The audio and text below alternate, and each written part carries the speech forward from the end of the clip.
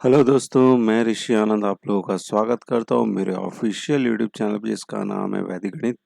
तो दोस्तों ये data interpretation for CAT by Arun Sharma solution series चल रही है और इस सीरीज में आपको हम लोग एक डेटा इंटरप्रिटेशन लेंगे जो कि इस बुक का होगा जिसका नाम है how to prepare for data interpretation for CAT और ये अरुण शर्मा के द्वारा लिखी गई बुक है।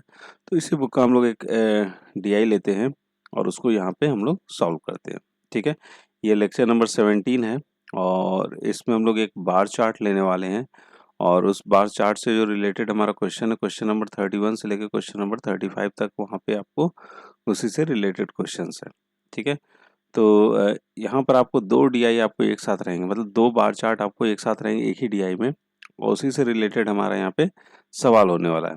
ठीक है, तो दोस्तों अगर आपको इस वीडियो का अगर आपको पीडीएफ फॉर्मेट चाहिए होगा तो उसका लिंक आपको नीचे डिस्क्रिप्शन बॉक्स में मिल जाएगा। अदरवाइज आप मेरे व्हाट्सएप का ग्रुप पे या फिर मेरा जो टेलीग्राम का ग्रुप है आप वहाँ पे मैं लिंक डाल देता हूँ, वहाँ से भी डाउनलोड करके अपने फ्यूचर रेफरेंस के लिए रख सकते हो। ठीक है, ये वीडियो जो कैट का प्रिपरेशन कर रहे हैं उनके लिए काफ़ी ज़्यादा इंपॉर्टेंट है, साथ ही साथ जो मैनेजमेंट एंट्रेंस एग्जामिनेशन का प्रिपरेशन कर रहे हैं उनके लिए बहुत ज़्यादा इंपॉर्टेंट है। ठीक है, ये वीडियो भी और ये बुक भी उनके लिए इंपॉर्टेंट है प्रैक्टिस पर्पज से। ठीक है, और जैसे से सीजीएल हो गया या फिर आईबीपीएस बैंक पे क्लर्क हो गया वो भी इस बुक से प्रिपरेशन कर सकते हैं, इससे प्रैक्टिस कर सकते हैं। ठीक है, तो चलिए दोस्तों लेट नहीं करते हैं, क्वेश्चन लेते हैं और उनका सॉल्यूशन देखते हैं।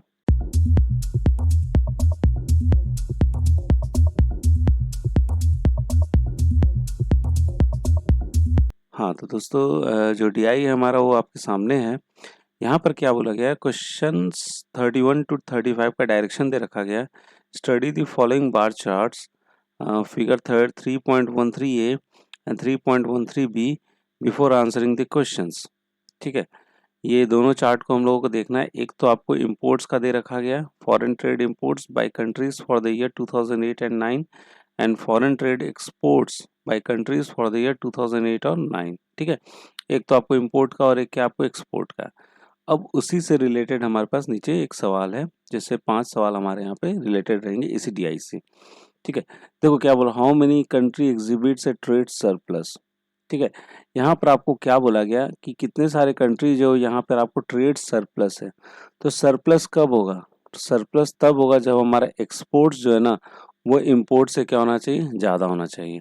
जब हमारा एक्सपोर्ट आपको इम्पोर्ट से ज़्यादा होगा तो उस कंट्रीज़ का ट्रेड जो होगा वो क्या होगा, आपको सरप्लस होगा। समझ रहे मेरी बात को। ठीक है, अब देखिए यहाँ पर ये एक्सपोर्ट वाला तो क्या 605 आपका 1269 से बड़ा है, नहीं है ना।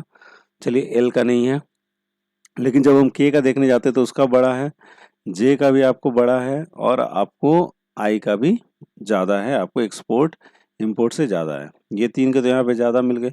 फिर एच का अगर देखते तो उसका भी कम है, जी का भी कम है।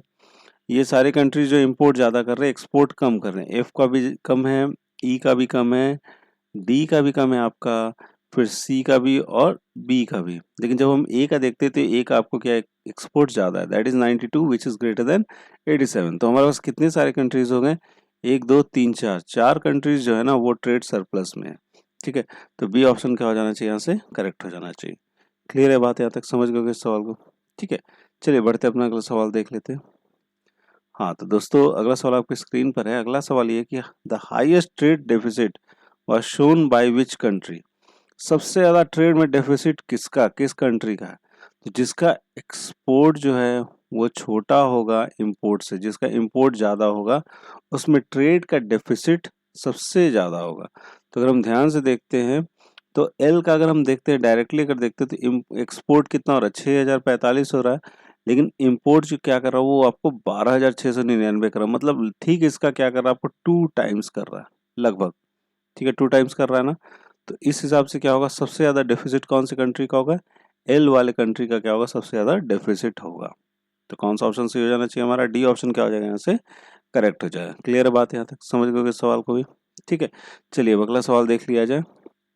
हाँ तो दोस्तों अगला सवाल आपकी स्क्रीन पर, अगला सवाल ये है कि the ratio of exports to imports was highest for which country. Export और इंपोर्ट का जो रेशियो है कौन सी कंट्री का हाईएस्ट है ये हमें यहाँ पे बताना है।